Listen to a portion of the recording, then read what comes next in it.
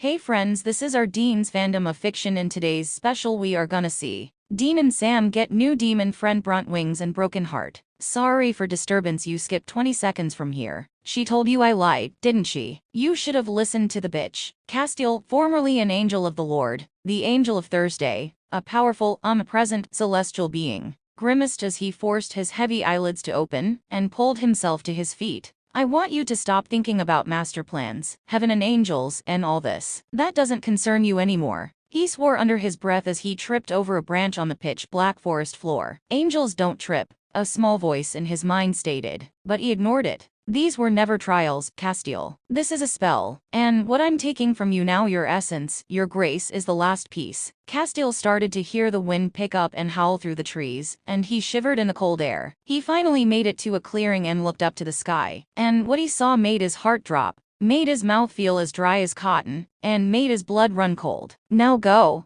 Hundreds of angels, his brothers and sisters, were falling from heaven. From afar they looked like comets falling, a meteorite shower of epic proportions. But Castiel knew that up close it was an entirely different story. Their wings were being burned, singed off, their graces were being ripped from their forms, and they were crashing into the ground as he had done. As Metatron had forced him to do. Castiel subconsciously brought a hand up to his throat, his fingers feeling the unmarked skin. His own grace had been cut from him, collected by the scribe of God, while he'd been bolted into the chair in Naomi's office. Memories started flooding back then. Naomi, dead on the table, her drill planted firmly in the back of her own bloody head. The angel tablet that Metatron had been distorting so that he could cast out the angels from their own home. And Dean and Sam, finishing the third trial on the demon tablet in the abandoned church in South Dakota. He had to get to them, and he had to get to them now. He looked to the stars for direction, his heart crumpling when he tried to block out the fiery trails of his family falling. He finally found Polaris, the North Star, and started following it. Kaz veered off course 3 times before he finally hit a road. It was just a small, single-lane dirt track that wound its way through the forest. But it appeared luck was on his side tonight for the first time in a long time, as Kaz immediately saw a sign suggesting that the direction he was going in led deeper into the forest. He did an about-face and started heading in the opposite bearing, and after an hour came across a darkened ranger's hut with a small gravel car park. The car park was empty, and the hut was devoid of any signs of life, but thankfully a map on the wall showed him that he was currently situated in the forests of northwest Washington state. Kaz sighed despondently. Couldn't Metatron have sent him someplace a little more central? He continued on down the dark, muddy road for another few hours, his thoughts going over the situation he was in over and over again. Surely he couldn't have suspected Metatron's true aims, his true agenda. Could he? No, he couldn't have. The only person who found out anything had been Naomi, and she'd achieved it through drilling into the scribe's eye. The prophet Kevin Tran had taken months to translate the demon tablet. They were asking the impossible and translating the angel tablet in mere hours. But still, was he that blind? Was he that easily fooled? He'd been lured in by Metatron and his talk of reuniting their family effortlessly. He'd just swallowed every word and believed it, pure and simple. He'd been lured in by Crowley's plans to thwart Raphael with the use of purgatory souls. He'd quickly decided that was a good idea, Leviathans be damned. And Uriel, way back then,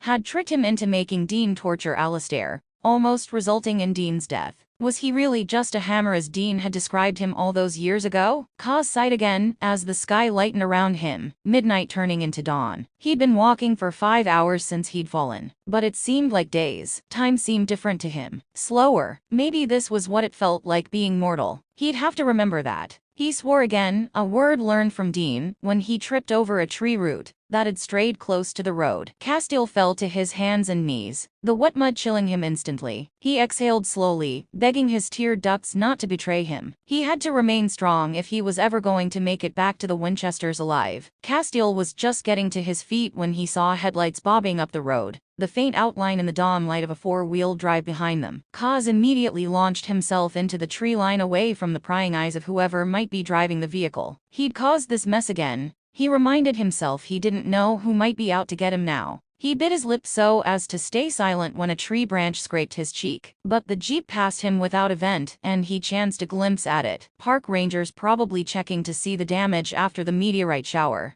The former angel stumbled back onto the road, now much dirtier and sore than he was before, and continued on his trek. 3 hours later he'd made it to the highway, and had hitched a right into town. Chillin', the sign said. The elderly lady who'd picked him up could barely see, so she hadn't even asked why he was covered in mud and dirt. Castiel just wished he'd been able to clean himself up before getting into her little Volvo, but time was of the essence. The thought made him think again of his lost grace. He felt emptiness inside him, gnawing at him, tinged with a deep depression. But he pushed those feelings aside. He needed to get to South Dakota. He found a restroom at a Biggerson's, and managed to clean himself up somewhat. The cut on his cheek wasn't deep, and thankfully had stopped bleeding, but it stung when he touched it. So this is how humans feel pain, he mused as he wiped the mud off his coat. He had to look somewhat presentable, otherwise people would think negatively about him. That was one thing he'd learned from Dean. He walked back outside and headed onto the highway traveling west. He hitched another ride and 3 hours later was in Spokane. He found some small change in his pocket and managed to get himself some lunch whilst in Spokane.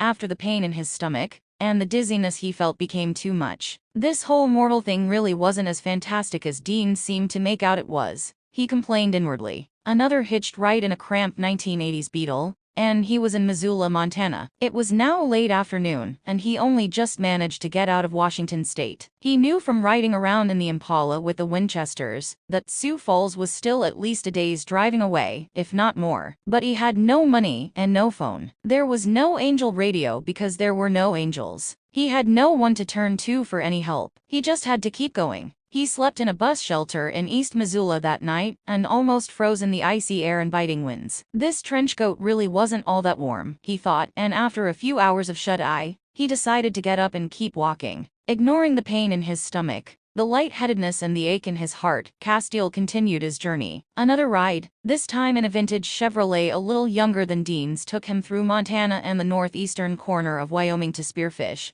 a little town on the western border of South Dakota. The guy even bought him breakfast and lunch, and Ka's spirits started to raise. Maybe it would be all right after all. What with the angels out of heaven and all? Maybe it could all work out. Castiel had been thinking about how they could all coexist in peace and harmony, as he'd walked along the deserted highway in the brisk early evening air. He'd been thinking that maybe there'd be some way to make it all better, right all of the wrongs, when he stopped in his tracks. In front of him stood a red-headed girl. She was tall and slim, and for a moment, Kaz thought it was Anna again. But that thought was quashed almost as soon as it had crossed his mind. This was no angel. He might not be an angelic being anymore, but he could still tell a demon from a mile off. And this one was a doozy. She started walking towards him, her high-heeled boots clicking on the asphalt. Her slender legs were encased in the tightest black jeans Castiel had ever seen. Her top half was accentuated by a revealing top that involved lacing down the sides, and the black motorcycle jacket topped it off in a way that would have made Castiel nervous and Dean Winchester excited. "Hello, Castiel," she said. "Who are you?" he replied, his voice gruff and low. "Why, Castiel, I'm surprised you and me go way back," she purred, running her hand through her bright red hair. "Go on, guess." "I'm not going to play your stupid games, demon," Castiel replied. He wished, not for the first time since he was mortal, that he still had the powers of heaven at his disposal,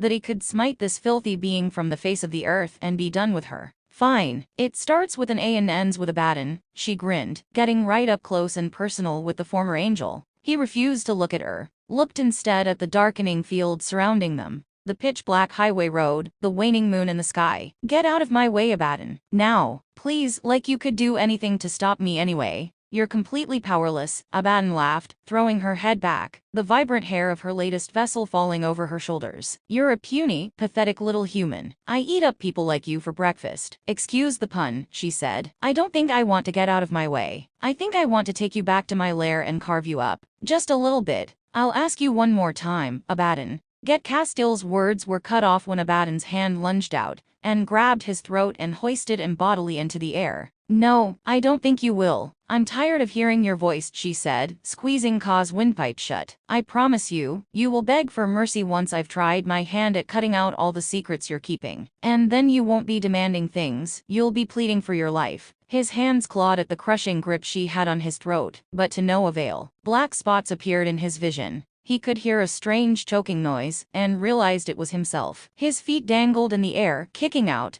but never reaching the demon that was slowly strangling the life out of him. The pressure on his throat was unbearable and, in a brief moment of lucidity, Kaz remembered how many times he'd seen a demon or angel alike do the same to Sam or Dean. No wonder they held anything unhuman in such low regard. Finally his bright blue eyes rolled back into his head, and he passed out cold in Abaddon's grip. The Knight of Hell opened her hand and dropped him unceremoniously to the cold, hard road. She snapped her fingers, and 2 demonic henchmen appeared beside her. "Any word on Crowley?" she asked without bothering to even look at the hellspawn beside her. "No ma'am, the Winchesters still have him. Should we?" "No, leave him where he is. They'll take care of him just fine. It's a new dawn, children, and we're going to start it by finding out everything there is to know about the Winchesters in heaven. From this little guy here." She finished off with a well-aimed kick to the unconscious former angel's ribs. "Why don't you take him to Crowley's little lair? I rather like that place. You know what to do." "Yes ma'am," the 2 demons intoned. They grabbed Castiel and were gone in an instant. Abaddon surveyed the dark, empty highway and sighed happily, a smile forming on her face. As fun as the 1950s were, I've got a feeling this time it's just going to get better and better. As suddenly as she had appeared, Abaddon was gone, and the lonely South Dakota highway was barren of any beings human, demon,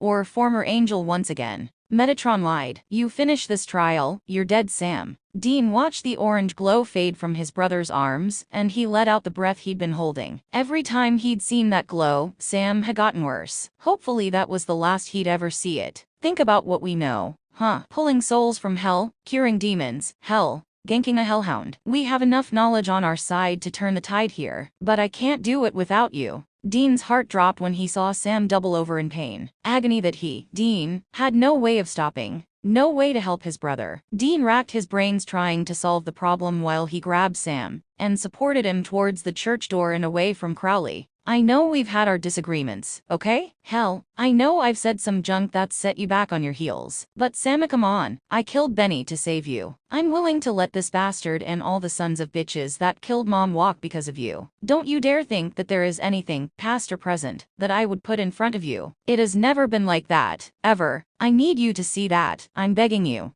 Dean tried to comfort his brother as they made it outside and towards the Impala. Sam groaned and fell down next to the Chevrolet. He couldn't concentrate, could barely see, he was in such pain. Dean called out for Cause, but Sam knew it was no use. Somehow he knew. "Come on, let it go, okay? Let it go, brother." Dean Winchester looked up to the sky and saw what would be a once-in-a-lifetime event. If his confidence and faith had buckled when his brother collapsed in pain, it was now gone completely, replaced by a soul-destroying pit of worry deep in his stomach. When one of the angels stuck the lake right next to them, Sam looked up. "What's happening?" Sam gasped. "Angels," Dean replied. "They're falling." 5 days later, Dean yawned loudly as he walked into the central room of the Men of Letters' secret lair. Truth be told, he loved the place. He had his own room. They had hot showers every day. It was a secret lair with its own dungeon. What more could a hunter want? Immediately after the events of 5 days ago, they'd driven the 6 hours straight from Sioux Falls to Lebanon, Kansas,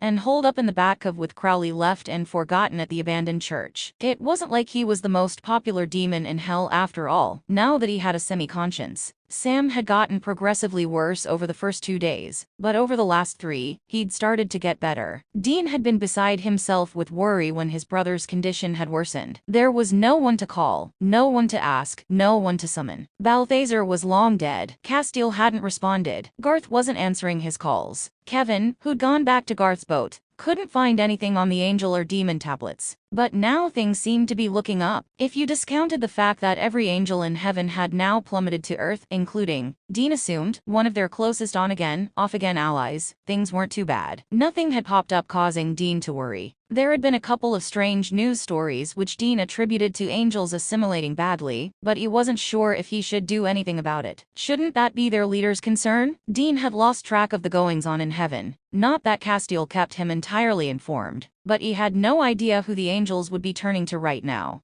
Dean had been busy this morning. He'd already gone out on a run and picked up the essentials: eggs, bacon, beer, peanut M&Ms, and had made a huge cooked breakfast for himself and his brother. Sam was already seated at the main table in the library, a book propped open in front of him. Dean set down the plate in front of him, on top of the book, earning a glare from Sam. "I make you breakfast and you glare at me. Seriously, dude, we gotta work on your manners," Dean said, sitting down himself and surveying the masterpiece of food that was his breakfast. Home-cooked meal, he murmured in mock anger. Have you heard anything? Sam asked. From who? Dean looked up from his bacon and egg sandwich. Castiel? Naomi? Metatron? Any of the angels? Dean was confused for a moment. Then he realized that this was the first time that he'd had a relatively lucid chat with Sam about what had happened. This was the first day that Sam had actually gotten out of bed, showered and dressed and come out to the main room. Dean had been focusing on that fact, and not all of the worries that were gnawing away at him. There has been absolutely no news on the angel front, Dean replied. As an afterthought he added, haven't heard from Kaz yet. Yet? What do you mean yet? Have you tried looking for him? Sam asked, putting his knife and fork down in exhausted irritation. Did you even try? Of course I tried, Sammy, Dean shot back angrily. But how do you think we are supposed to find those self-righteous dicks anyway? They're all human now. We can't just summon one of them.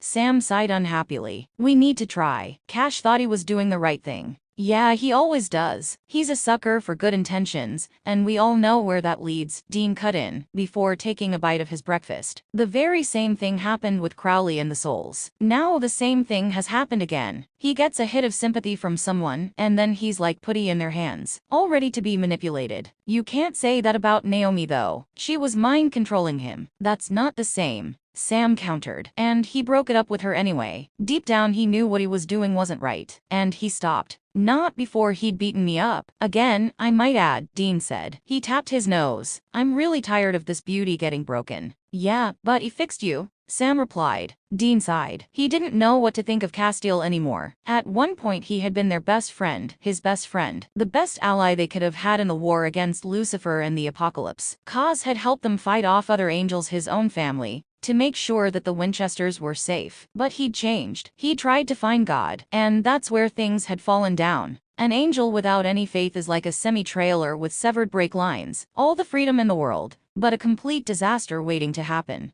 And then the problems with Raphael had started. Sure, that was something no one expected. Why the hell would anyone want to jumpstart the apocalypse again? But if only Kaz had come to them for help. They Vedian thoughts drifted off. What could they have done differently? Dean wasn't sure what they could have done, but hell, given the chance, they might have found something. Dean sighed again. Okay, he said. Okay, what? Sam asked, confused. Okay, we'll try and find him. But I did a little digging, and there were 9,842 meteorite sightings around the world. 5 days ago. Which one was Kaz? Dean questioned. Well, you said the Naomi told you what Kaz was doing wasn't to close the gates of heaven. It was to cast out the angels, right? Sam said, working through his theory in his mind. So, killing a Nephilim, getting a Cupid's bow, that was the start of it, the spell or trials or whatever Kaz was doing. Sam continued. Yeah, so obviously there was at least one more thing he had to do to complete it. You know, like with closing the gates of hell, kill a hellhound, check. Rescue a soul from hell, check. Cure a demon, not quite check. But once Kaz had done whatever he did, the angels started to be cast out. Okay, Sam, I don't know where you're going with this, but yeah, so maybe if we figure out what that third trial was, we could figure out what happened to Kaz, Sam finished. Yeah, I guess. But still, how do we know that Naomi was telling the truth? Dean replied. Well, look at it this way. She might have been mind-controlling angels for millennia, but she was right about this one. She said that what Kaz was doing would cast out the angels from heaven, and that's what happened. Why don't we, just this once, trust her? Fine. 2 days later, Dean and Sam were waiting on a response from Kevin about the angel tablet, but they both had an inkling there wouldn't be anything on the tablet that related to casting out the angels. To pass the time they'd been researching any and all leads on angels in the books at the Men of Letters lair. While digging through a box in one of the storerooms, Dean had come across a tattered old manila folder with the words Angels to Earth. Trials written on the tab. Inside were the 3 trials needed to cast out all the angels from heaven to earth. What the hell? The first thing that struck him as odd would be why the Men of Letters would have a copy of the trials. But still, it wasn't a hugely effective weapon compared to, say, shutting the doors of hell forever and ever, amen. He supposed someone picked it up somewhere and filed it away for any potential future use. He brought it back to the main table, and he and Sam pored over it. There was the first trial, instructing the trial taker to kill a Nephilim, the offspring of an angel and a human. The second trial, to cut off a Cupid's bow. And the third, to give up your own grace and be the first to fall. Both Dean and Sam sat down at the table and let that thought wash over them. Would Castiel have really given up his own grace because he thought it would fix heaven? Surely not. He wouldn't have been that stupid, Dean finally said. I mean, he's done some pretty damn stupid stuff in the past. But, come on, give up your own grace? That's gotta raise a few eyebrows. But Naomi said that it was all Metatron though, Sam suggested. That it was Metatron wanting revenge on heaven. So what are you saying? Well, maybe they use the term give up loosely here. Maybe Metatron just took it from Kaz? After seeing that place he was living in, I figured that guy was all kinds of screwed up. But I can't picture him doing that, Dean said. Kaz had a hard time pretending to be an FBI agent, and all he had to do was fool a few hit cops. Surely pulling the wool over another angel is a bit trickier.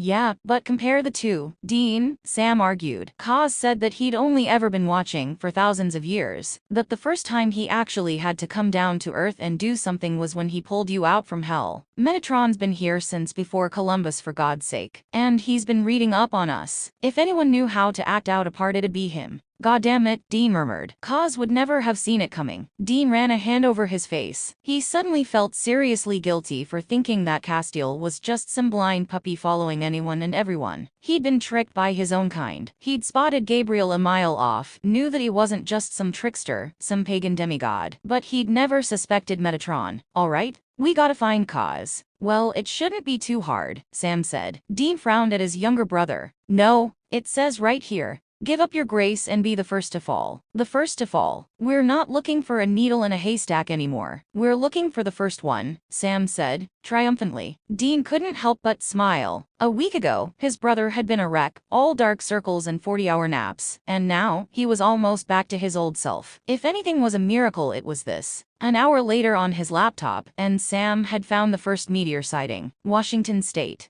Dean looked up from the musty old volume he'd been looking at. The first meteor sighting was reported by a ranger, Luke Johnston of the Lake Chelan State Park in Washington State. That's gotta be him, don't you think? I suppose so. Shall we get going then? Dean said, standing up. Wait, Dean, it's been a week. I doubt he'd still be there, Sam said. He's human now, right? Which means he's gotta eat. He's gotta sleep. He would have moved on. Yeah, but what other leads do we have? Garth put out the call to everyone to let us know if they find him, and we've got nothing on that front. Dean, it's almost 24 hours if we drive there without stopping, Sam said. His older brother mused on that thought for a moment before nodding and pushing his chair in. We've driven further for less, was the reply, and 2 hours later they were on the road. As they were taking the Impala slowly and steadily up the fire road that led through Lake Chelan State Park, Dean was starting to think his brother had been right. They'd spoken to a few people in town, and no one had seen Castiel. The rangers they'd spoken to said the same thing. Everyone had been a little distracted by the meteor shower that they wouldn't even have noticed him. While Dean was easing his huge Chevrolet through the forest to the mile marker the ranger had said was closest to where he'd assumed the meteorite may have landed, Sim was on his laptop,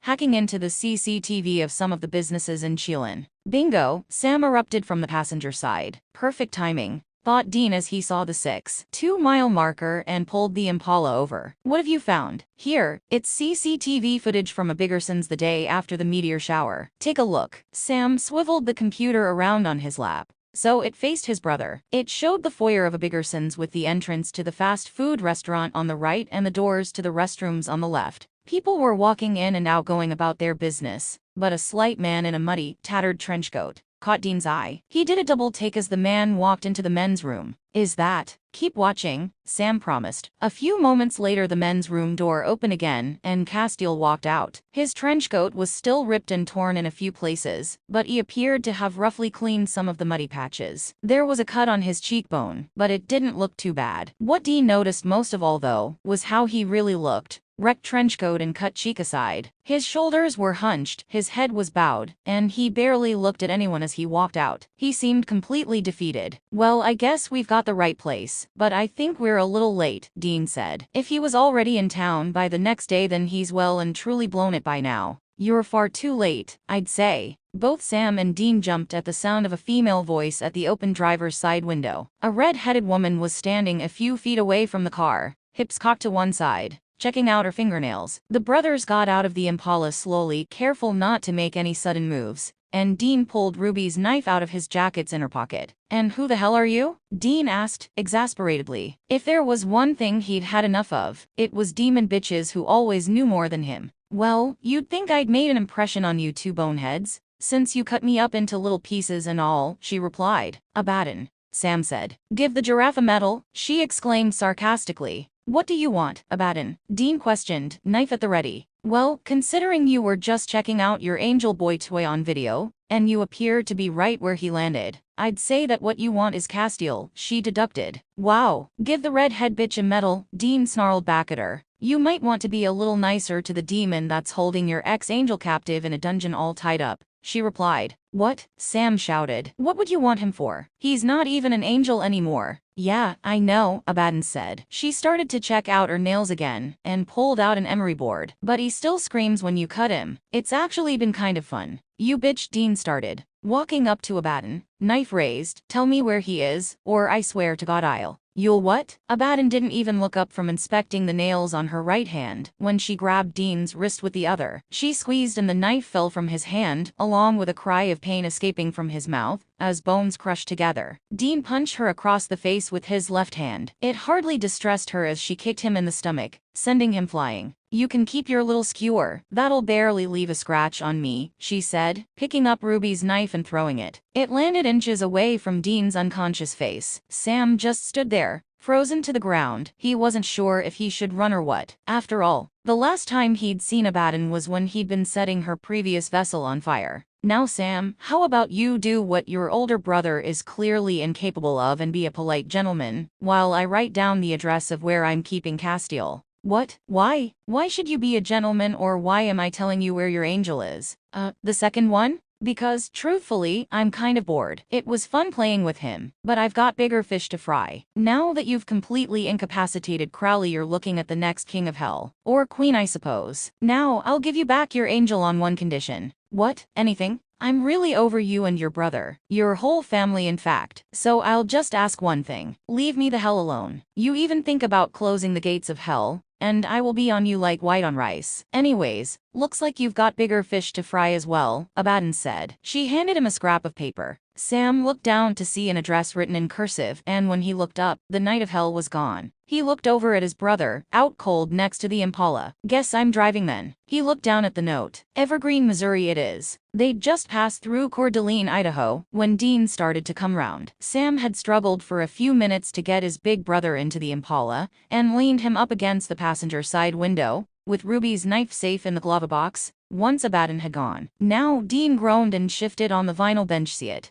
"How long was I out?" he croaked out. "About 4 hours. I already checked you over though," Sam said, his eyes not leaving the road, knowing full well that his brother would kill him for crashing his car in the steady downpour. Dean rubbed his right wrist, the one Abaddon had crushed in her bruising grip earlier in Lake Chelan State Park. "Doesn't feel like anything's broken in there," he said. "Yeah, just bruised, that's what I thought. Especially when it started coming up all black and blue," Sam replied. "There's that, and you've got a pretty nice shiner coming up." "What?" Dean sighed and looked at his reflection in the wing mirror. Sure enough, his cheekbone had a bluish bloom spreading. "Damn it, how am I meant to pick up chicks with this? I thought you said chicks dig battle scars." Sam smirked as he followed the highway on towards Missoula, Montana. "Yeah, whatever. Where are we?" "Montana. Just past the border, just past Coeur d'Alene about a half hour ago." Dean nodded, processing the information. Then something occurred to him. "And where are we going?" "Evergreen, Missouri. That's where Cause is, according to Abaddon."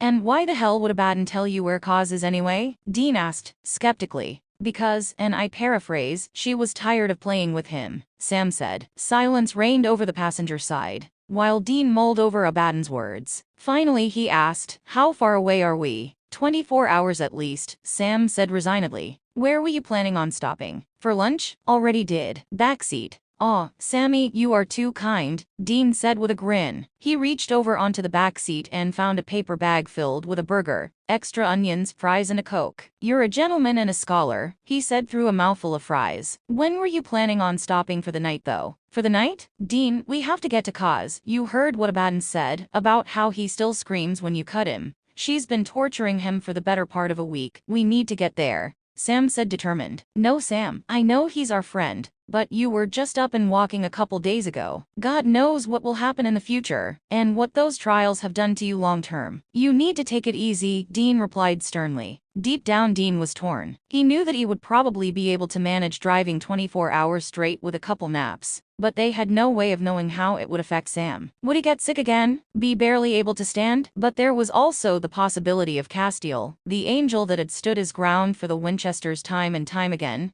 perishing while they slept in a motel. But, after all, a little voice in Dean's head piped up. It's his own fault that he's human. Dean banished that thought immediately, but it stuck around in his head, bouncing off what-ifs and what could-have-beens. Could Dean have spotted Metatron's secret agenda if he'd spent a bit more time in his presence? Could they have stopped the angels falling? Dean wasn't sure. He wasn't even sure if the whole thing was Castiel's fault in the first place. Dean, hello? Dean looked up at his brother and frowned. What? You just drifted off for a moment there. You concussed? No, I'm fine. What is it? He asked, taking a bite of his cold, but still good, burger. I was just saying, we could take it in turns for the drive, and if you really want to, you can do the majority. I just think we need to get there sooner rather than later. Yeah, me too. Dean replied softly. Yeah? Sam asked, confirming. I said yeah, didn't I? We'll stop for a bite later on.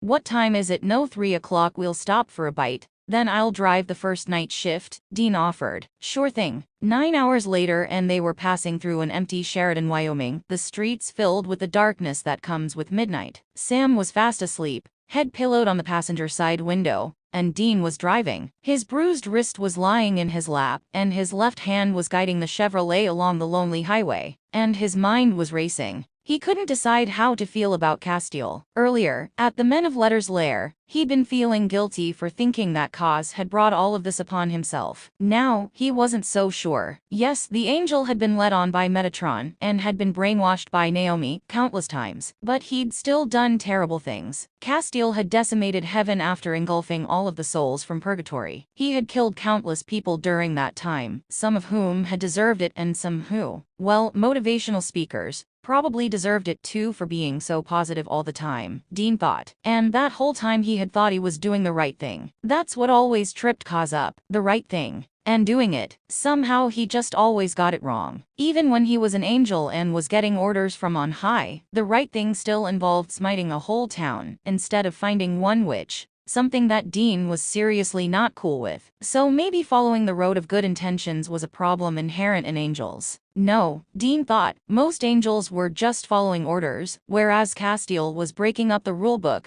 and striking out on his own most of the time. After a few more minutes of this, Dean decided to stop at a gas stop, fill up and grab a hot coffee. The change of scenery helped, and he stopped going round and round in circles in his head and focused on one thought. When they found Castiel, if they found him alive and kicking, he'd just have to have one hell of a conversation with him about right and wrong. At 5 a.m. they switched seats, and Dean was asleep before his head hit the cool glass of the window. They were driving through South Dakota at the moment, halfway between Rapid City and Sioux Falls, and Dean had finally run out of energy. Sam also couldn't stop thinking about the situation they were in. Well, not really the Winchesters per se, but the angels. Or ex-angels he should say. What on earth would they do now? Was there a way to get them back up into heaven? Were they completely mortal now, like they'd assumed Cause was? That reminded him. Cause. They'd simply ignored Cause for the last week. He would have been cold, hungry, hurt, worried, and then snatched up by demons that were all still at full power and tortured by them. For fun. Sam couldn't shake the guilt he was feeling over it. He and his brother had completely abandoned Castiel in his worst moment. In his moment of real need. If Sam hadn't been so sick. Sam shook his head, mentally and physically clearing his thoughts. It was absolutely no use going over these things. They couldn't go back in time and stop Cause from working with Metatron.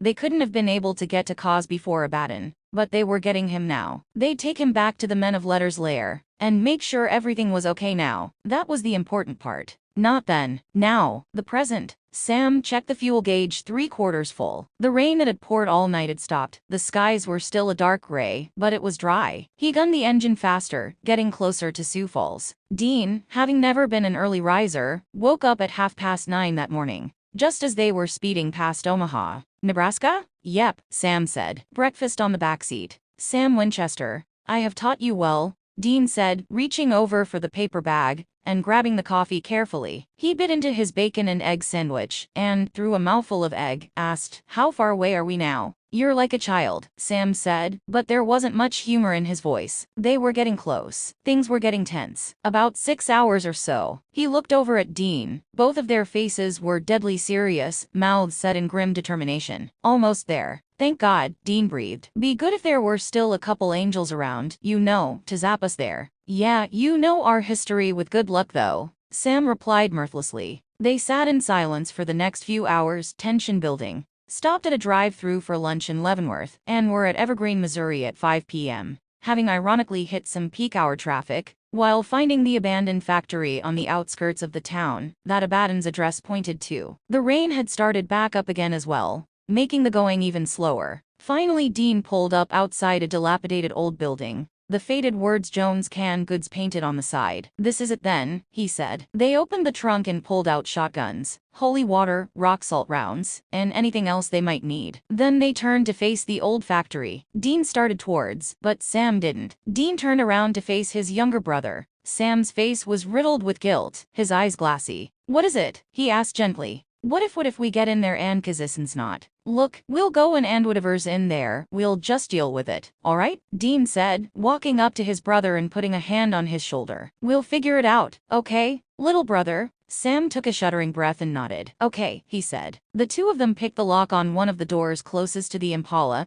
and crept into the abandoned darkness, the beams from their flashlights bouncing in front of them. They moved silently through the forsaken factory, ears pricked for any sounds reverberating around in the pitch-black gloom. Walking down a corridor, they both froze when they heard voices. Flattening themselves against the wall, the brothers held their collective breaths as footsteps sounded. Dean pulled out Ruby's knife. The voices and footsteps came closer, and the two of them tensed for a fight. Before Dean leaped out and buried his knife in the chest of one of the two demons walking down the corridor. His eyes flashed black as electricity pulsed around the knife, and he dropped to the floor dead. The other demon had frozen in place while his comrade was jumped, and Dean, in one graceful move, brought the knife around and plunged it into the second demon. "You're late," the demon said as it died, a smile on its face. Dean's heart dropped and he yanked out the knife, not even bothering to wipe it, and started running towards the direction that the two demons had been coming from, Sam hot on his heels. They ran down one corridor and into another which had fluorescent lights switched on overhead. The corridor was long with at least 10 rooms branching off it. The doors were old-fashioned with glass windows in them, and Dean ran up to the first one on the left, Sam to the first one on the right. "Nothing," Dean said, his voice tinged with desperation. "Same here," Sam replied. They moved to the next two doors. Nothing again. Same with the next two and the two after that. Sam and Dean looked to the last two doors. "He's gotta be here," Dean said, despondently. They moved to the final two doors. "Well, I found Crowley," Sam said. "We better get him out, I guess." Crowley was sitting in the room, eyes on the floor, actually looking sad for once. Sam turned around to see Dean motionless, looking through the door's small window. "Dean?" Dean jumped at the sound of his brother's voice and turned to face Sam. His eyes were full of unshed tears. "What've found him?" Sam pushed past his shaken-up brother and tried the doorknob. It wouldn't budge. He pulled out his lockpicks, but Dean moved him out the way, and a well-aimed kick had the door splintering, almost off its hinges. Dean felt around for a light switch, found one and flicked it on. The room was bare. No desks, no filing cabinets, no furniture left by its previous occupant. But that's not what Dean and Sam were focusing on. In a corner of the room, huddled in the rags of what used to be a white shirt, black suit and a tan trenchcoat, was Castiel. As soon as the light switched on, his whole body flinched violently, and he withdrew into himself some more. "Please," he whispered, the words barely registering. "Placeno more." "Cause?" Dean said softly, stepping forward. His actions only caused even more fear and worry, as the former angel pressed himself into the corner and raised his arms, his wrists bound with rope. So they covered his face, hissing in pain, as the movement aggravated an injury that Sam and Dean couldn't see. "Cause, it's me, Dean. Sam's here too. We've come to rescue you." "Abaddon's gone," Dean said quietly, staying in place. He didn't want to frighten his friend any more than he had to, in order to get him back to the Men of Letters' lair. "Abaddon's gone?" Kaz asked hoarsely. He let his tight arms drop to the floor and looked up. Dean bit back a gasp as he saw Castiel's beaten, bruised and bloody face. One eye was swollen shut, His lip had been split in at least 3 places. There was a clump of bloody hair near his temple, finger-shaped bruises on his throat. It looked like both his nose and mouth had been trickling blood at one point. And the cut on his cheekbone that Sam and Dean had seen in the CCTV footage from Biggerson's. Yeah, she's gone, Kaz, Dean said. He took another step closer, and Kaz flinched again. We're not going to hurt you, I promise. He moved closer, and Kaz didn't cringe away from him. Dean smiled. It's us, Kaz. We're gonna take you home. Patch you up, alright? Dean turned around to face his brother who was still standing in the doorway. Do you want to get Crowley out? He might be of some use, I suppose. Sam tore his eyes away from Castiel and to his brother, and nodded abruptly. Yeah, sure, I'll get on it. He pulled out his lockpick and started on the door opposite Castiel's room. Alright, Dean said, turning back to Kaz. I'm gonna get you out of here, okay? Castiel nodded, his left eye, the one that wasn't swollen and black, following Dean's every movement. Dean came closer to Kaz, but his steps were rushed, and Kaz recoiled, squeezing his good eye shut, his breathing quickening. Kaz, it's okay, we're here to help. Let me untie your wrists. Can you let me do that? Dean offered. Kaz turned back to him and studied Dean's face, trying to decide what he should do. Finally, he nodded and extended his arms. Dean noticed that one arm, Kaz left, seemed to be completely limp, and that the rope that tied it to his right arm was the only thing holding it suspended. Is your shoulder okay? Dean asked. He pointed to Castiel's left shoulder. That one? Kaz's face lowered, and he shook his head no. Dean knew at a glance what a dislocated shoulder felt like, and it must be killing Castiel right about now. Dean sighed sadly. He knew what he'd have to do. Okay, I'm going to cut through that rope now, but I've got to get closer to do it, alright? Dean saw Kaz take a shaky breath in and out. Then he raised his gaze to Dean's face and nodded. Yes. Dean slowly took the last few steps towards Castiel and crouched down. When he pulled out his switchblade and flicked it open, Kaz didn't flinch, but Dean could see how much effort it was taking him not to. Dean carefully picked up Kaz's bound wrists, noticing the dried blood on both the rope and his hands, and grimaced. This was going to hurt. He started sawing away at the rope, inwardly thanking whatever had possessed him to sharpen the switchblade. The day before they left for Lake Shielan, after cutting through one tightly wrapped loop of rope, he started to unravel it from Castiel's wrists. Kaz gasped when the rope was gently pulled from his wrists, reopening the cuts they had caused. Dean quickly threw the rope aside and pulled a bandana from his pocket, ripped it in half, and gingerly tied each half around one of his friend's bleeding wrists. When he'd finished, Kaz let out the breath he'd been holding, and let his arms drop into his lap. Time to fix that shoulder, Dean said. Kaz looked up sharply at that, his one good eye filled with fear and ever-present pain, and he hesitantly shook his head. No. Yeah, Kaz, I'm gonna have to. The longer it stays dislocated, the more damage is being done. Plus we have to drive back to Lebanon, and you don't want to be bumping it every time we hit a pothole.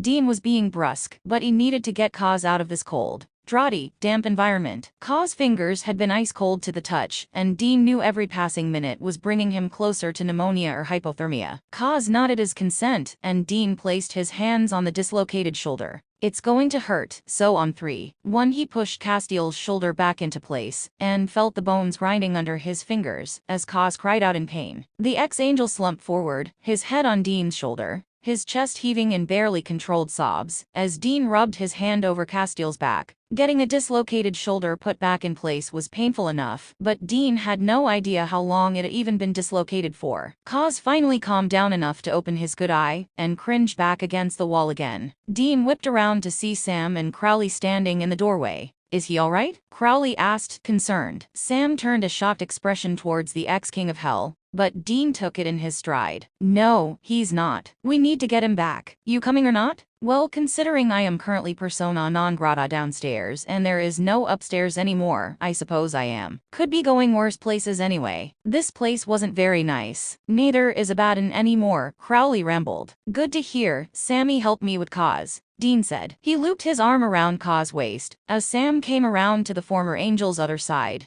and moved Kaz's right arm, so that it was around his shoulders. They walked out slowly, Kaz, clearly in pain from a number of unseen injuries. Crowley was a different man. He even opened doors for them. When Sam and Dean finally got a now unconscious Castiel into the backseat with Crowley next to him, they stopped for a breather, leaning up against the Impala's roof. Well, at least Crowley isn't a dick anymore, Sam said. Dean nodded. We've got a lot to make up for though, with Cause. I know. It's our fault Let's not get into whose fault it is. If he was awake we'd be arguing for hours. Let's just get them both back to the Men of Letters. Then we can figure out what to do next, Dean said and sighed, running a hand over his face. But, seriously, Dean, what are we going to do next? I have no idea, Sammy. They would do it every day. Go in there with a bit of food in the morning. Just bread and water. I got the same thing. And then an hour later they'd just start tormenting him. It was worse than a Mad Men marathon. I mean, I love AMC, but I hate Betty Draper. Enough with the television crap, Crowley. What did they do to him? Dean asked from the front seat. He studied Kaz's form in the rear view mirror. His friend was slumped, and the pieces of Dean's bandana tied around his wrists was already partly red. Kaz had been unconscious for the better part of the last 5 hours. They were a couple hours from the Men of Letters, and Dean hoped he stayed that way. He'd be easier to patch up if he was out cold. They tortured him is what they did, Crowley replied in a stage whisper. They could have been having a huge argument, but all three of them would still keep their voices hushed, so as not to disturb Kaz. It was all Abaddon. She is one hard-hearted bitch. She beat him, cut him, starved him, everything. Everything? Dean asked tentatively. He looked at Crowley's face in the rear-view mirror, then moved his gaze to the unconscious ex-angel. Well, okay, not everything. His virtues still intact, I assume. But nevertheless, he barely got a moment's respite, Crowley said. His voice took on an annoyed tone as he added, I mean, they practically ignored me. Dean exhaled slowly and looked over to Sam, then back to the road. Thank God they were close to home. Sarcastic, one step ahead, demonic Crowley was bad enough. But almost sold Crowley was almost intolerable when he was feeling his feelings. P.S. Where are you taking me? Crowley asked, and Dean was happy to note his normally confident voice was tinged with worry. Ever heard of the Men of Letters? Sam asked. Course I have. Who hasn't? Oh, I forgot you two are complete morons, he said, with a laugh, sounding a little more like the old Crowley. Well, Sam continued, ignoring Crowley's comment, turns out our grandfather was one. Our father was also meant to be one, but, well, Abaddon happened. But now, we're technically the only Men of Letters left, and we have the key to their secret lair. I do love a secret lair, don't you? Crowley grinned, directing that last part to the still lifeless Castiel who, of course, didn't answer. That's where we're going. That's where we're going, Dean replied. Now can you shut up? They reached the Men of Letters lair in record time, which wouldn't be too hard, considering they were traveling at 1 in the morning. When they got in, Sam gave Crowley a brief tour, told him if he broke anything he was dead, and showed him the kitchen and bedroom that he could take over. They'd figure out what to do with Crowley later. Dean gently roused Castiel, who had since progressed from unconsciousness to sleep, and half-walked, half-carried him into the bedroom next door to Dean's. He managed to pry off the tattered remains of Kaz's trench coat and suit jacket, before dropping them in the trash can. The depressed look Kaz sent his ruined clothes was enough to make Dean silently promise to find him replacements as soon as he was back on his feet. Castiel's tie was long gone, and his shirt was covered in dirt and dried blood. Dean almost dreaded taking it off. Kaz was hardly lucid in his current state, but he noticed Dean's apprehension. It's okay, he said, his words slightly slurred by exhaustion and pain. To trust you, Dean.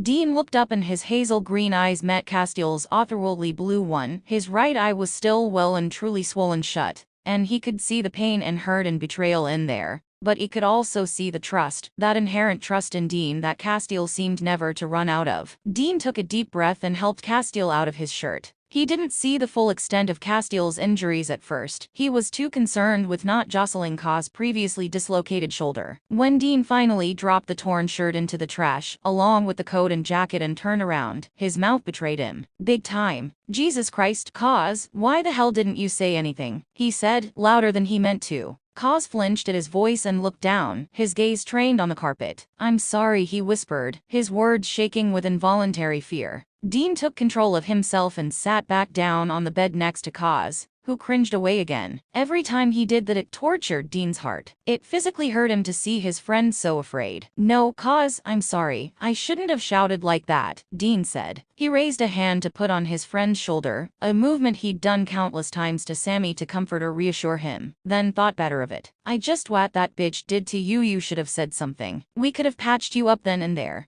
I'm sorry, Dean, Castiel repeated, softly. Stop saying it, Kaz. You don't have to be sorry for this. I mean, there's a ton of things we all need to be sorry for. But this, Dean waved a hand in the direction of his friend's bloody, cut and bruised abdomen. None of this was your fault. But let's fix it. Huh. Kaz nodded and Dean set to work. They really had done a number on him. The ribs on his left side were so bruised there was hardly a patch of skin that wasn't discolored. 4 were definitely cracked, and once Dean had finished tending to his other wounds, he'd need to wrap Kaz's ribs to protect them from further injury. The bullet wound from Crowley's anti-angel gun was still healing and had reopened, and there were smaller knife wounds all over his chest. Dean cleaned them and stitched the bullet wound in the larger cuts. Then he moved on to Kaz's back. He frowned at it, confused. What did she do to you, Kaz? He said, touching one of the misshapen black blooms marring his otherwise perfect tan skin. One of the demons got bored a couple days ago and whipped me with his belt. He said it was something his meat suit's father had done, and he thought it would be a good idea, Kaz said clinically, as if he were talking about someone else entirely. How many times? Dean asked, looking at Castiel's back. It was like a game. Spot the unbruised skin. Where it wasn't black and blue there was an angry red welt or an open gash. I lost count at 37, Kaz said softly. Dean took a moment to let that comment sink in. Before he started on Kaz's back, he needed to wait for his unbridled anger towards Abaddon to dissipate. He cleaned the open wounds and bandaged them, and then started to wrap Kaz's ribs. That was almost too much for Castiel to bear. He had stoically sat through all of the stinging antiseptic iodine and the stitches, but his ribs agonized him so much he almost passed out when Dean did the first loop of gauze. After a couple more wraps, he grabbed Dean's hand. Please, Dean, it's too much, he gasped out between breaths. Kaz's face was so pale.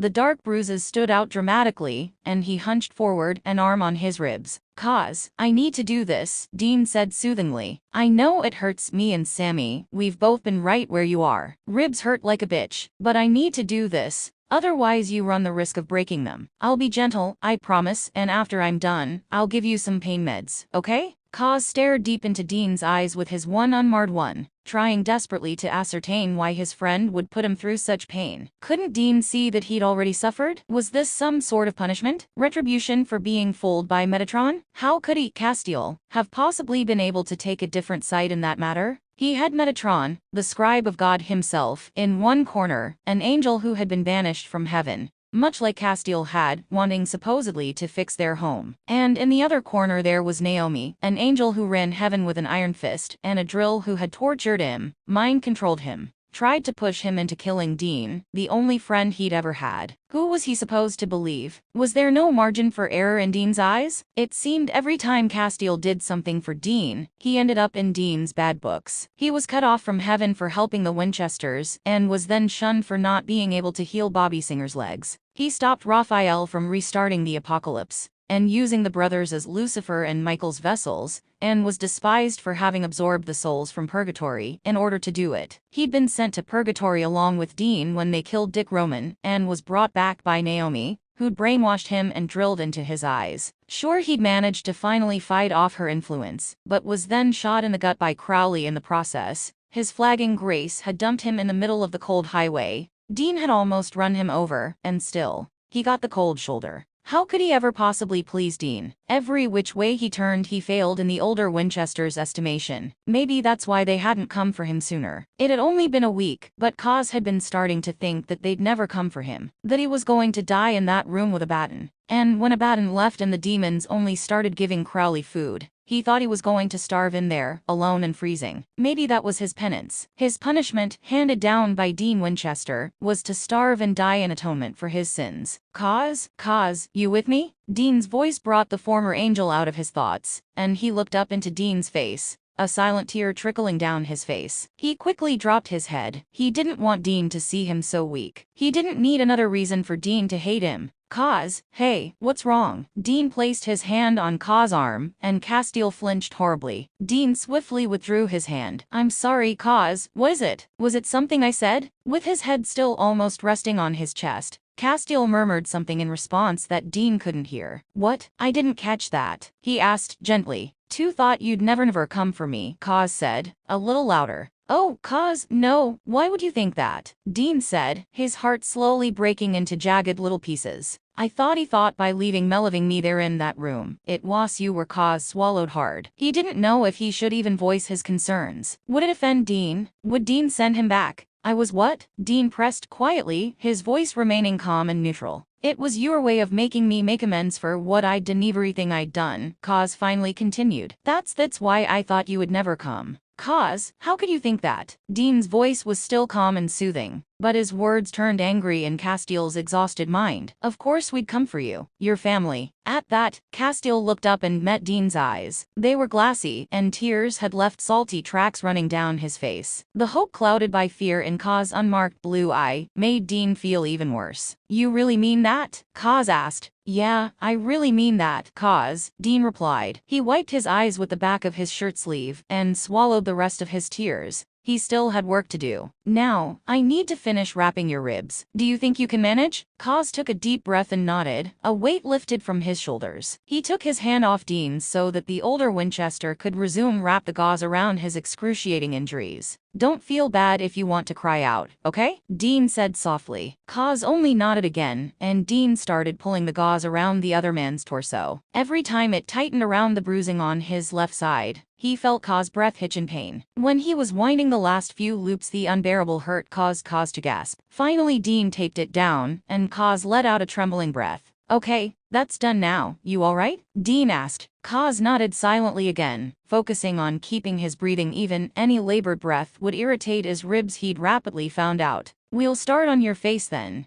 Dean continued. He grabbed a small towel and dipped the edge into an antiseptic and water-filled bowl, and dabbed the bloody patch of hair at Kaz's temple. The water in the bowl was soon red with blood, but the cut had long ago started to clot, and was already beginning to heal somewhat. Well, thank your lucky stars, you don't need stitches there, Dean said, trying to raise Kaz's spirits a bit. It was no use though, the former angel was well entrenched in his current depressed state. Dean couldn't really argue with him, he'd been through hell these last few days. Dean carefully wiped away the dried blood from Castiel's nose and mouth and grimaced. The bruises stood out even more starkly on Kaz's face, now that the dried blood was gone. There's nothing I can really do about those bruises, Dean said. They all look a couple days old. Could have iced them right then and there, but I doubt those demons would have helped you out at all. We're just going to have to wait till they go down, alright? Kaz just nodded again. His pain and exhaustion was catching up on him. He'd been surviving the last few days on little food and adrenaline, and now he really needed to just sleep. It was an odd feeling for him, a very human feeling. He barely noticed Dean unwrapping the fabric from his wrists, cleaning the cuts and rope burns, and rewrapping them in clean bandages. All right.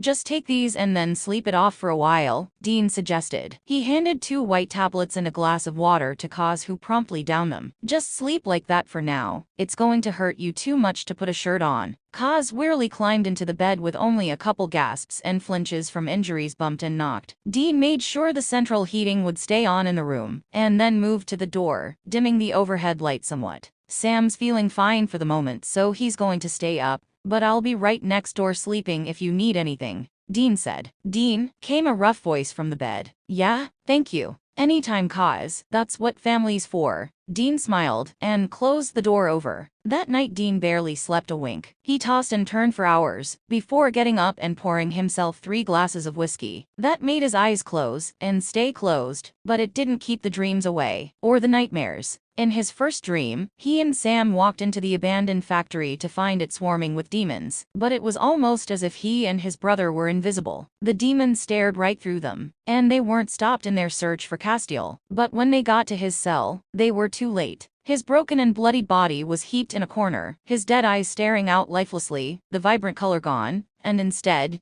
Dean stared into murky steel gray irises. Nothing like the startling blue of the real Castiel's eyes. When Dean's heart started to race at the sight of his friend, beaten and damaged, lying on the floor like a pile of unwanted scraps, he thanked God for the small voice that told him that Kaz was all right. He was lying in the room next to him. In the next dream he was a fly on the wall in the room next door. Kaz was sleeping fitfully in the bed, his own mind conjuring up mental torture for him with ease. Dean heard the sound of wood and old hinges creaking, and he turned to see the bedroom door wide open with Abaddon standing in the doorway. She walked silently into the room, flipping a knife in her hand. Try as he might, Dean was unable to move from his position, and no amount of shouting at her, telling her to stop, would make her turn and listen. Instead she strolled up casually to the head of the bed and sat down on the mattress. mattress. Kaz didn't wake up, but he still seemed to sense she was there, frowning in his sleep. She brought the knife up to his throat and held it steady. Then, Abaddon looked straight at Dean. "Say when," she said with a smile.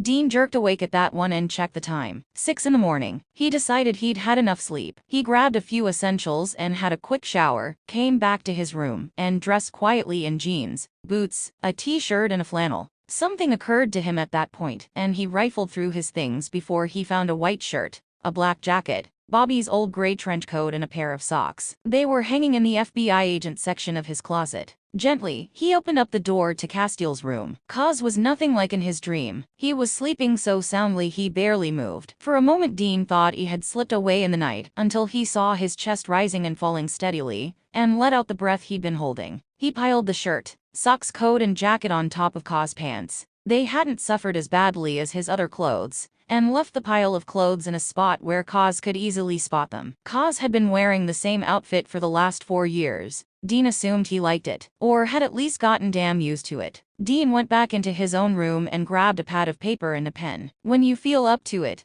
get dressed and come into the main room. There'll be breakfast waiting. Leave the shower for a couple days, don't want to ruin your bandages." He assumed that since Castiel's grace had always magically healed him, he wasn't acquainted with the proper care of wounds. Dean really didn't want to have to re-wrap Kaz's ribs. That first time had been bad enough for both of them. He ambled out into the main room of the Men of Letters to see Sam sitting at the table, a book propped open in front of him, and a fruit salad next to it. "Fruit salad? Seriously? Could you be more girly?" Dean asked, smirking. "You're in a good mood," Sam said, looking up from the book. "Hey, we got our angel back," Dean said happily over his shoulder as he walked towards the kitchen. "Bring me back coffee," Sam called after him. As he watched Dean head off, he allowed himself a smile. Yeah, they had gotten their angel back, and in more or less one piece. Dean started breakfast. He figured he'd be feeding himself, Kaz and Crowley, so he began with toast. He popped down 2 at a time, while he pulled out eggs and bacon from the huge industrial-sized fridge. Soon the kitchen was full of the sizzling sounds of a hot breakfast, and smelled divine. Once everything was almost done,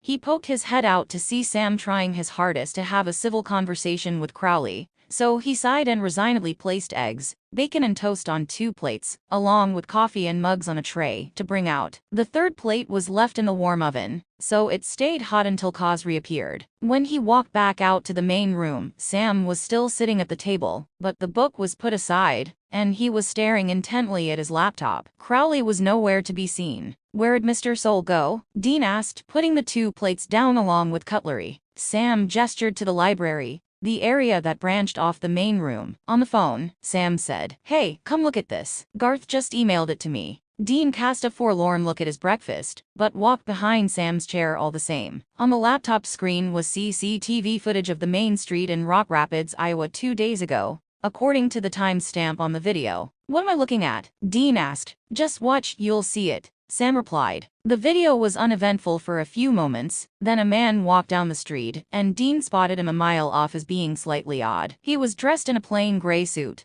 white shirt, black tie, and looked relatively normal. But as he moved along the footpath, his body language said anything but normal. He seemed amazed at everything. A mixture of awe and fear was present in his actions. He moved off camera and, after a few clicks from Sam, they caught up with him about a block down, about to pass an alley. As he did so, black smoke billowed out and overcame him. The black smoke forced its way into his mouth and down his throat, and there, before Dean, was a demon with his new meat suit. The demon then straightened up the suit jacket, tore off the tie, and unbuttoned the top 2 buttons of the shirt, and walked off again. "Was that an angel getting jumped by a demon?" Sam interjected. "Yep. I was gonna say ex-angel, but yeah," Dean said. He sat back down and started on his breakfast. "I don't get it though. What's there to get, you knucklehead?" Crowley's voice rang out as he strolled back to the main room and sat down in front of his own bacon and eggs. Cooked breakfast. Knew there was a reason I checked into this dump." Sam shot him a withering glare, but Crowley ignored him and tucked into his food. "All those thousands of ex-angels, they're perfect fodder for Abaddon's new army," he said through a mouthful of toast and bacon. "Just had one of my minions call me with the news." "Why the hell does Abaddon need an army?" Sam asked, Because she's taking over my position, Crowley grumbled. I can't figure out how I feel about that though. On the one hand, I'm kind of happy because being king of hell isn't, I suppose, an occupation that fills you with pride, is it? Could have fooled me, Dean muttered under his breath. Crowley chose to ignore him and continued, but I did kind of like it at the time. And I wouldn't mind still doing it. But, you know, times they are. Enough about your feelings, Crowley, we really don't care, Dean said, taking another bite of breakfast. Why does Abaddon need an army to take over your old job? You've clearly stepped down. True, but there are still followers out there. They're a little old school. Don't like a woman being top dog. They'd prefer soulful old me instead, Crowley explained. So, she needs her own little militia to make sure they don't get all protective. I couldn't care less, to be honest though. Being king of hell was tiring. Well, are they jumping all the angels? Dean asked. He gestured towards the hallway which led to the bedrooms with an egg-covered knife. Should we be worried? Short answer. Yes, Crowley said. Long answer. I have no freaking clue, you idiot. Do I look like I'm part of the inner circle?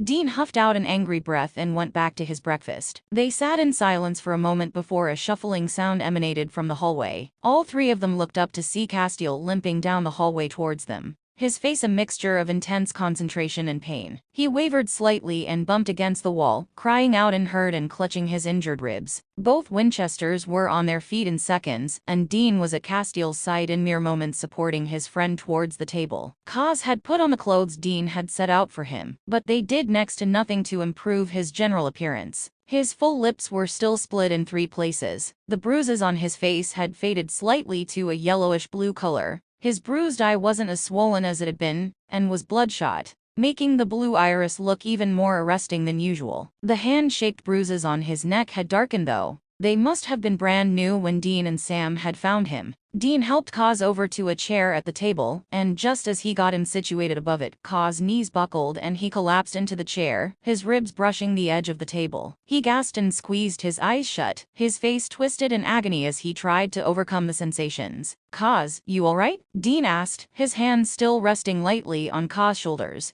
giving him comfort, or so Dean hoped. But Kaz was silent for a few minutes more, his head bowed, concentrating on leveling out his breathing. He'd been in a similar situation before, for instance when he and Uriel had come for Anna, that first time he'd met Alistair when the demon wasn't in hell, and he tried to exorcise him from his own vessel. That had been uncomfortable. His grace pushing at the boundaries of his vessel deliberately was not as fun as the demon seemed to think it was. Then there was the time that Uriel had forced him to ask Dean to torture Alistair for information on who was killing the angels. Alistair had escaped from the devil's trap and had beaten Dean to within an inch of his life, with Kaz intervening just in time to save his friend. Kaz had been shocked when he'd stabbed Alistair with Ruby's knife, only for the demon to pull it out and turn his fists onto the angel. Slamming Kaz onto the hook in the wall had hurt, and tugging him downwards, so that it ripped the skin, bones and muscles in his back, had hurt more. But it was nothing compared to the thrashing he'd endured both at the hands and words of his brother Uriel. The fact that his own brother thought Kaz would betray Dean and Sam for Lucifer sickened him. Kaz heard Dean's voice, but it sounded so far away, and his ribs still felt like they were simultaneously frozen and on fire. Honestly, he could barely breathe. He tried to remember other times he had felt this bad, tried to take his mind off the matter. There was the time he'd been forcibly ripped from his own vessel and taken to heaven for reconditioning. He hadn't told Sam or Dean anything about that time, and, truth be told, he probably never would. They wouldn't be able to comprehend the hurt that those angels had laid on him back then, for getting too close to his charges. He didn't remember anything about the first time he died. He was there, and then he wasn't, and then he was there again. What he did remember was Gabriel beating the ultimate crap out of him every time he tried to save the brothers, when they were locked into his brother's own idiot box, and archangels hit hard. Or there was the time he'd had to send the boys back to the 1970s to stop Anna. That time he'd been coughing up his own lungs. Finally, the pain in his ribs started to subside. When before he'd felt like his head was covered in cotton wool, now sound started to drift closer and closer to his ears. He opened his eyes to see a somewhat blurry Dean in the chair next to him, with the most concerned, worried expression on his face. He looked up, and as his vision focused, he saw that Crowley and Sam were also watching him with similar anxious looks on their faces. Kaz, speak to me. You there? Dean asked, his voice breaking slightly in distress. Why is Crowley here? Kaz finally asked, his voice much rougher than usual, probably due to the bruising on his throat. Nice to see you too, Kaz. I got invited as well, you know, Crowley snapped back at him. Crowley's here because Sam started but drifted off. Actually, I don't know why Crowley's here. Maybe cause Abaddon wants his head on a plate. Oh, wait, that's not really a bad thing, is it? He finished, staring pointedly at the demon.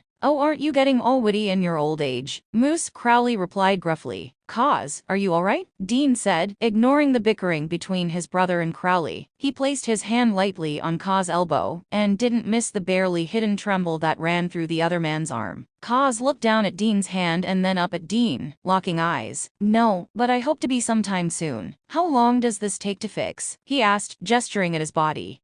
Dean raised his gaze to his brother. About 6 weeks, yeah? 6 weeks for what? Sam questioned. Cracked ribs. Yeah, about that. Sam replied, nodding, before turning to Crowley. Although you could be some help. What are you talking about, Moose? You are a son of a witch, aren't you? Surely you could pull some spell out of your ass to help poor Kaz heal a little quicker, Dean stated. Earn your keep? Crowley looked from one brother to the other, then finally to Kaz, and took in the ill-fated ex-angel's discolored face, his hunched posture, the arm wrapped protectively around his battered midsection. He can barely breathe, Dean added. Crowley watched as Castiel did in fact struggle with his breaths, as the pain in his ribs was dropping off. Oh, screw you both, Crowley finally said. Pen, paper. Now, I'll write you a damn list. Sam passed him a pen and a paper, and he began scribbling things down. Meanwhile, Castiel felt a terrible empty ache in his stomach. A sharp pain made him gasp and double over even more. Kaz, what's wrong? Dean asked, his attention now firmly placed on their wounded friend. To think I'm hungry, Kaz surmised. Your note mentioned breakfast? He asked, trying hard but failing to keep a pleading note out of his voice. Dean jumped to his feet again and jogged away from the main room and towards the kitchen, Kaz assumed. Seconds later he was back, holding the plate with oven mitts. Here's some bacon, eggs and toast. Don't eat it too fast, otherwise you'll give yourself a stomachache, Dean said, placing it in front of Kaz. As Castiel reached for the fork, he added, and don't touch the plate, it's been sitting in the oven, it'll be hot. Castiel nodded his understanding. Look at you all, Martha Stewart, Crowley remarked, handing his list to Sam. Thank you, Dean, Castiel said before eating, completely disregarding Crowley's comment. For everything. Anytime, Kaz. Like I said last night, your family, Dean replied. And I'll never forgive myself for letting you rot in there for a whole week. We're just glad that we've got you now, Sam said, with a sympathetic smile. Another email arrived in his inbox, and his laptop let out a ding. He opened it up and watched the attached video. It's another one from Garth, this time in Natchez. Another angel? Dean asked. What about them? Kaz queried, his tone betraying the worry he felt for his brethren. Abaddon's turning them into her personal little slave army, Crowley said, jumping their bones with black smoke every chance she gets. He thought for a moment, then added, bitch. She's what? Kaz cried, his exclamation once again aggravating his ribs, causing unwanted tears. He turned his glassy eyes on Dean. Is Crowley telling the truth? Yeah, he is, Dean said. It looks like she's been busy. When she wasn't getting with you, that was, Crowley interjected. Shut up, Crowley, Sam and Dean said in unison. Abaddon's running for president of Downstairs, Dean explained. And in order to do that, she's recruiting. She's summoning new demons up and sending them to use the angels as meat suits. She needs hundreds of soldiers to rearrange hell down there, Crowley continued. And if people, ordinary people with families and jobs, suddenly all started disappearing,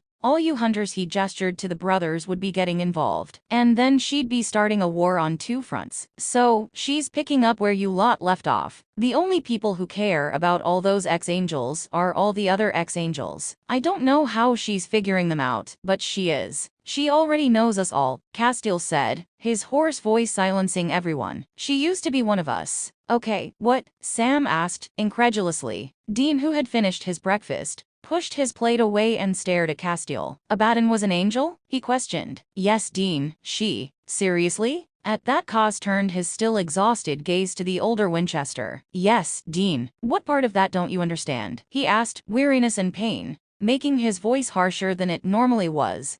Sorry, Kaz, I'm just trying to understand here, Dean apologized, looking uncomfortable. No, Dean, I'm sorry, I shouldn't have snapped like that, Kaz said, his voice returning to the timid tones it had accrued when in Abaddon's captivity. His humanity was making him very aware of the situation he was in right now, and it was a precarious one. Dean and Sam had rescued him, and Dean had patched him up, yes, but one wrong move, and he could be on the outer again. He'd been there far too much when he was still an angel, and he didn't think he could survive it as a mortal human. It wasn't my place, he added. Can we end this moment now? Crowley grimaced. Wingless over here was just telling me something I didn't know, and I'm kind of intrigued. Please, Castiel, do go on. Kaz cleared his throat, his delicate fingers raising to gently massage the bruises on his neck. They made talking that much harder. Abaddon used to be an angel, in fact an extremely high-ranking one. I wouldn't know where she stood in the pecking order. Naomi, and her drill has made any memory of that impossible.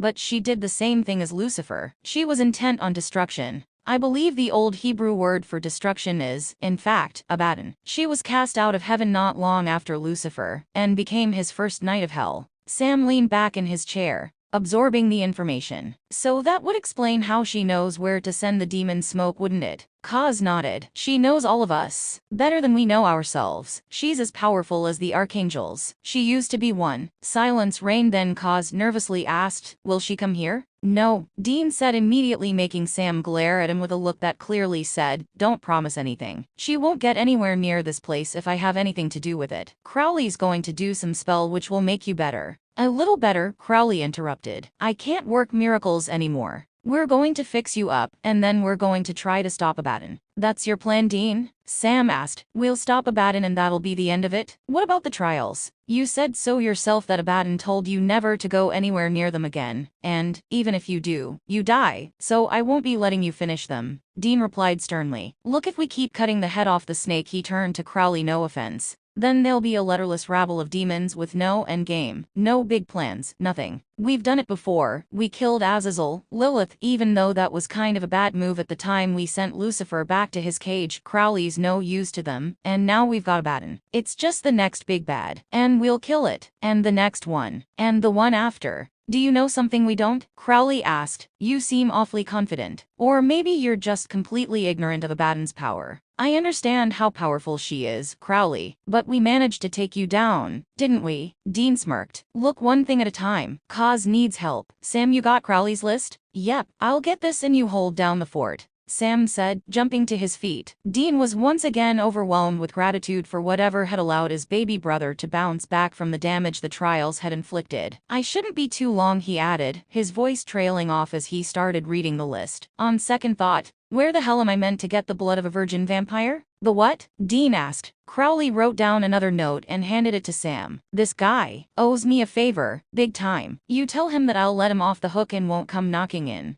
Was it now? 6 years and 4 months. Will you actually? Sam asked. Let him out of whatever deal he made? He asked for 20 virgins. You want me to let him out of his deal or what? Nah, he can keep it, Dean replied. Off you go. Sam, Kaz needs that spell. Castiel looked up at Sam and nodded grimly. Thank you, Sam. Don't mention it, Kaz. And with that, Sam grabbed the keys to the Impala and was out the door. The room was silent once Sam had left. The only sound was Kaz slowly eating his breakfast. He was in such bad shape at the moment, everything hurt. Even eating pulled on the cuts on his lip. Finally, he pushed the plate away. Kaz, you've barely eaten any of it, Dean said, pushing the plate back towards Castiel. Dean, I can't eat any more, Kaz said quietly. I want you to eat at least half of that, Dean replied, keeping his tone gentle. If Castiel wants to pick up where those demons left off, why stop him? Crowley said. Honestly, one more word and I swear to God, I will finish that damn trial, Dean threatened. Ooh, I'm shaking in my boots, Crowley said. You're just lucky I don't have anywhere else to be at the moment. We're lucky? Dean repeated doubtfully. Yeah, you're lucky. Otherwise, you could kiss little Kaz here goodbye. Shut up.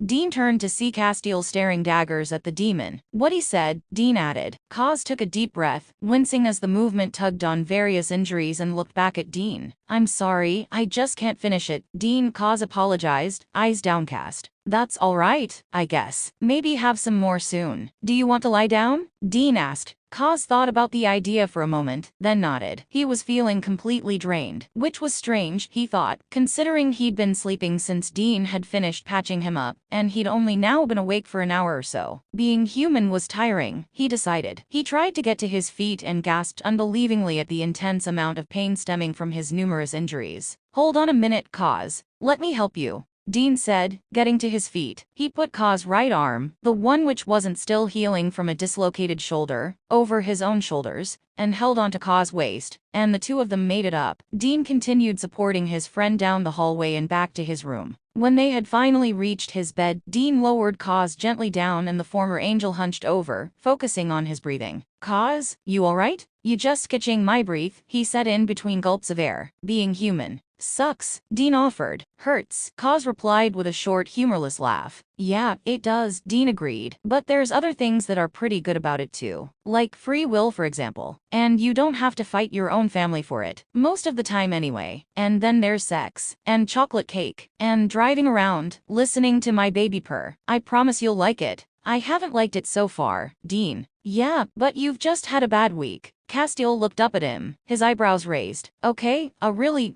ridiculously horrible week, Dean amended. That's more like it, Kaz said, monotonously. But here's hoping this spell Crowley knows will help, Dean said, but even while he was saying it, his voice betrayed the doubt that he felt for the current plan of action. You don't think it will, Kaz said. It was a question. I don't know what will happen. Crowley is technically still a demon, but then he's also technically 90% cured. So, technically, he almost has a soul, which means he cares. And as well, Crowley knows he's persona non grata in hell. So where will he go if he screwed us over? I suppose. I just can't bring myself to trust him, Kaz said, looking up at Dean, and the older Winchester could see traces of fear hidden in the blue depths of his eyes. Beauty, no, I'm of no use to you like this. Kaz, don't talk about yourself like that, Dean admonished, keeping his voice gentle. It doesn't matter to us that you're no use. What matters is that you're not in so much pain you can barely stand up on your own. That's what matters. Family means something to me and Sam. It means you don't just abandon people when they're of no use. You take care of them, you protect them.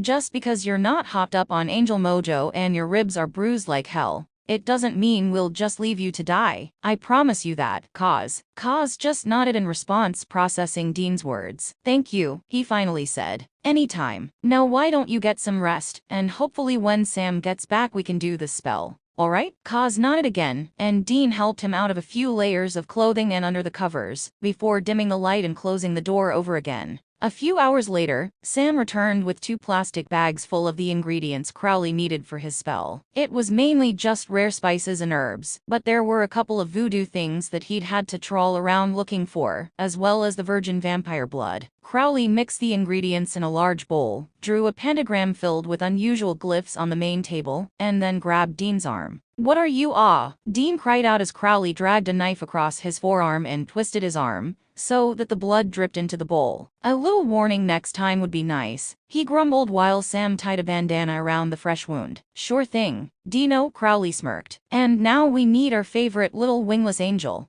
Dean stood up and walked to the bedrooms. When he got to Castiel's room, he opened the door softly so the old wood wouldn't creak. Inside he saw Kaz fast asleep, dreaming. His brow furrowed and he made a small sound. Dean walked up next to the bed and crouched down next to him. Hey Kaz? Kaz frowned again and murmured something. It sounded suspiciously like no. Kaz, wake up. We need you now for the spell. Dean said a little louder. He reached out and gently touched Castiel's shoulder, and his friend woke with a start, immediately pushing himself away from Dean, his blue eyes open wide. Kaz, calm down. It's me, Dean said, holding his hands up so Kaz could see them. Castiel swallowed nervously, steadily calming himself down, before allowing himself to be helped up and down the hallway, to where Sam and Crowley were sitting at the main table. He saw the bowl of spices and bones and other oddments situated on the table in the middle of a strange pentagram and shuddered. He was absolutely not okay with this idea, but if it was what Dean and Sam wanted, then he saw no other option. He had to go along with it. Otherwise he could find himself cast out. Despite what Dean had said and kept saying, the past spoke for itself. On more than one occasion he had done something that, in the eyes of the Winchesters, was morally wrong. And every time that happened he was cut off from them. Ignored, reproached. He could not let that happen now that he was human. Just sit down here,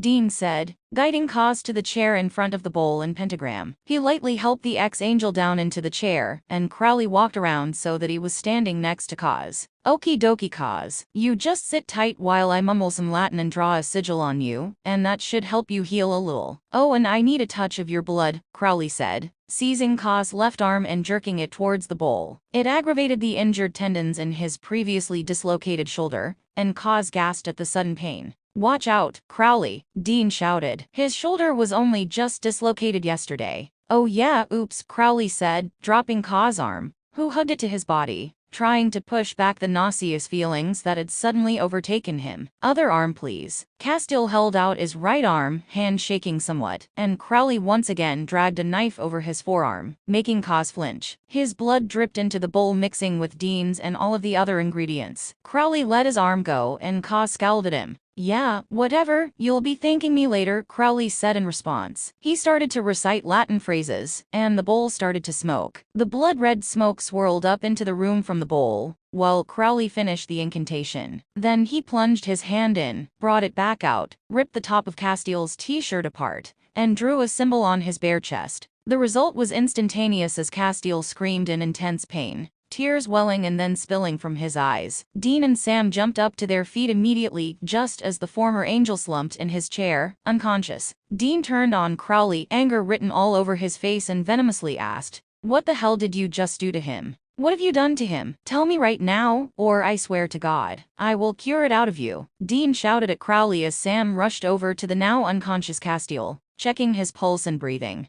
"I did exactly what you told me to, you knucklehead," Crowley sneered. "I healed him, somewhat anyway. I just neglected to tell you that the spell kinda hurts." "Define kinda hurts," Dean demanded, slowly pulling out Ruby's knife.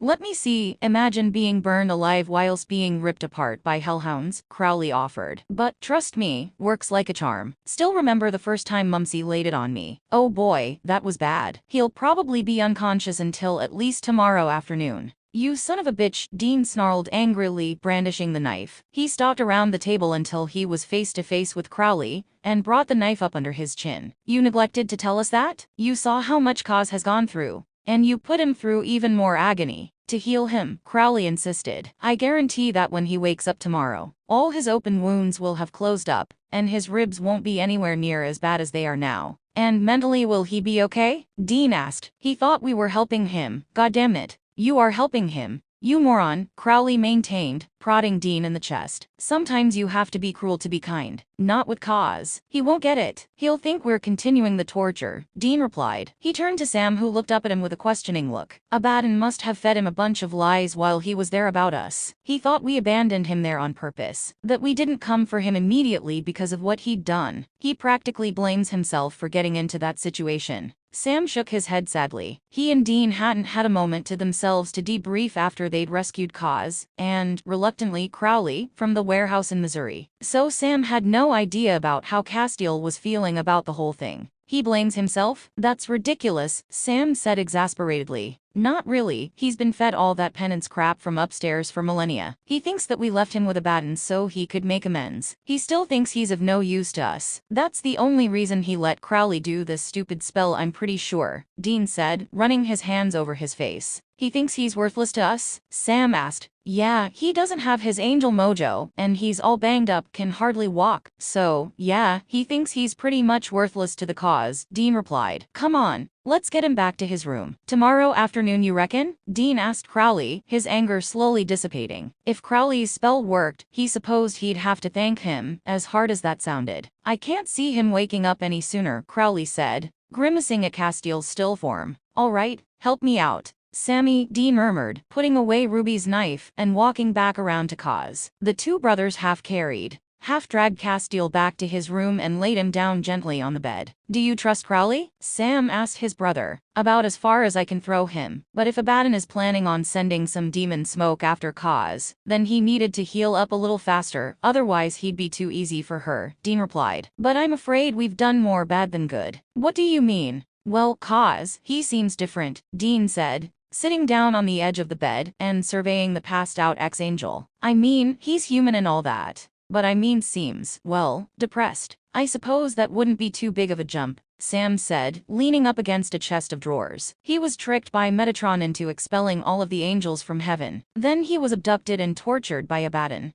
Who spun a web of lies for him about us not caring? Now he finds out that Abaddon is sending demons out to use his own family as meat suits. The guy's gotta feel pretty bad. I know, but Dean sighed. He didn't want to bring this up. He'd never told Sam about 2014 Castile. That particular Castile was only 6 months away now. Remember when I told you Zachariah zapped me into the future? So I could see how it all ended. Trying to get me to say yes to Michael?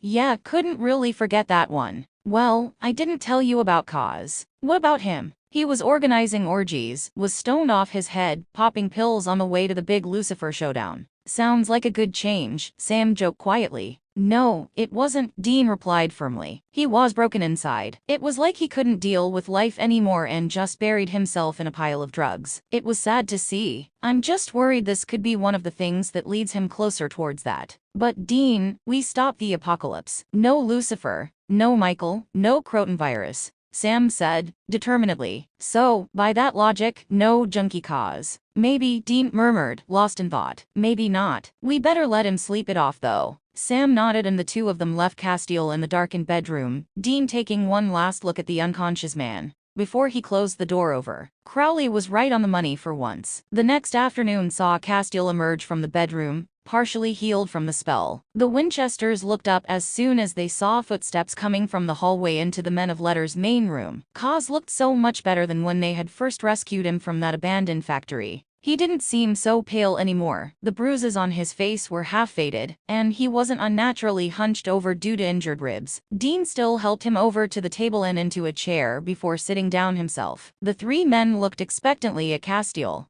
What? He asked them, nervously, his head cocked to one side. Well, how do you feel? Crowley demanded. Much better now, Castile replied haltingly. He still didn't trust the demon at all. My ribs still ache, but the majority of my wounds have healed. Yeah, it doesn't quite work all that well on broken bones, but at least your face is almost back to its pretty self, Crowley smirked. Thank you, Kaz replied, a little confused. He turned to Dean. Any news on Abaddon? She's jumped 5 more angels, Sam said, opening his laptop back up. At least we think she's behind it. What do you mean? Castile asked. Well, we've been wondering, Dean said, if maybe Metatron would have anything at all to do with this. Metatron? Help Abaddon possess the angels? Castile asked, and Dean couldn't help but notice a shudder go through the man. He could be. He certainly resents every single one of us for forcing him to leave heaven. Why don't you just ask her? Crowley said. What? Dean and Sam both asked in unison. Why don't you ask her? Crowley repeated. Morons, he added. Ask Abaddon, Sam said. Yes, give the moose a gold star. Why don't you figure out where she'll be and ask her? Or ask one of her mooks, Crowley said. And while you're at it, surely there's gotta be a section on the angel tablet that'll tell you how to cram all those angels back in heaven again. We've got Kevin on it, Dean said. Well, Sammy, where will Abaddon be next? Sam turned his laptop around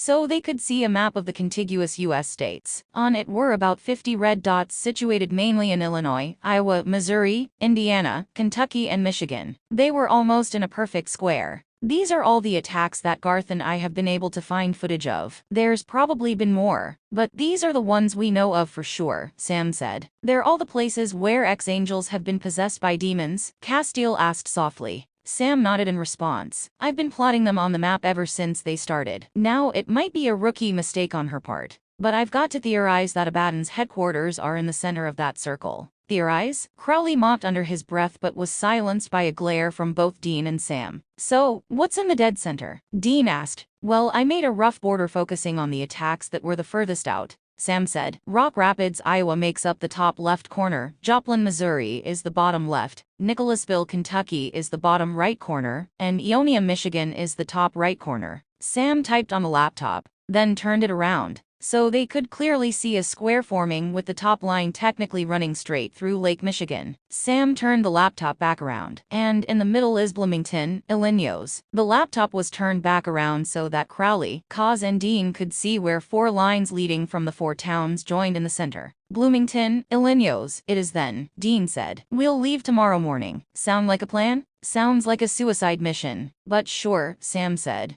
shrugging. But what the hell are we going to do if we meet up with her? Those devil's trap bullets worked like a charm last time, Dean suggested. Guess that's what we're doing tonight, Sam replied. After carving out a few dozen devil's trap bullets, Sam made a run into town for pizza for their dinner. While Dean was examining the CCTV footage of angels being jumped by demon smoke, Castiel wandered up to him. Dean looked up to see Kaz waiting for him to finish what he was doing, and was disturbed a little by the ex-angel's new meek behavior. "Hey Kaz, what's up?" he asked with a smile, wanting the ex-angel to feel comfortable around him. Dean had the distinct impression that Kaz still felt like he owed them something for his rescue. "I just thought your note the other day said I shouldn't take a shower because of the bandages." Kaz trailed off, looking up at Dean hopefully. "Oh, that's right. Look, how about I check out your wounds, see how healed everything is, and then you can have a steam shower. Trust me, they're awesome." The two of them went back into Castiel's room, ignoring Crowley's joke about them taking some time out to bond. Castiel tugged his borrowed shirt off, and Dean unwrapped the bandages from his wrists and from his back, and sat behind him on the bed to study the lash marks that the demons had caused. "Well, damn, would you look at that?" Dean breathed. Kaz craned his head, looking back at Dean. "What is it?" he asked. "Your back. It's still bruised, but all of those cuts and gashes, they're gone. The bruises on your ribs are looking much better too. Not all black like before, and your wrists just look a little rope burned," Dean said, astonished. "So, the spell worked?" Kaz asked tentatively. "Sure did," Dean replied. Did it hurt a lot?" Castiel swallowed thickly. He didn't want to say anything negative about it to Dean, considering it had been the older Winchester who had persuaded him to go ahead with it. "It's okay. You can tell me," Dean added softly. "It was the worst pain I've felt since becoming human," Castiel whispered. He flinched slightly when Dean's hand came down gently on his shoulder. "I am so